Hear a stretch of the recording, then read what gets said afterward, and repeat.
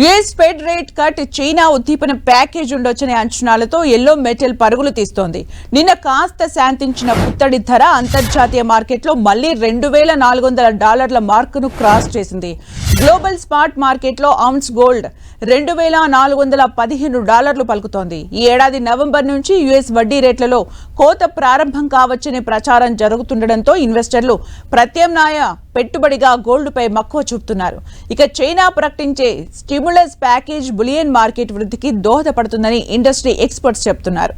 ఇక మన మార్కెట్ విషయానికి వస్తే ఈ వారం మధ్యలో దడ పుట్టించిన గోల్డ్ రేట్ వరుసగా రెండో రోజు దిగువచ్చింది.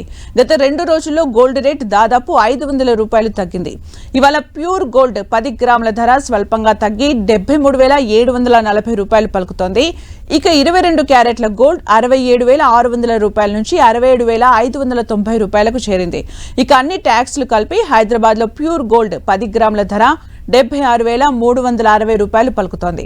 ఇక హైదరాబాద్ మార్కెట్లో కిలో వెండి ధర $100 తగ్గి $92,400 ఉంది.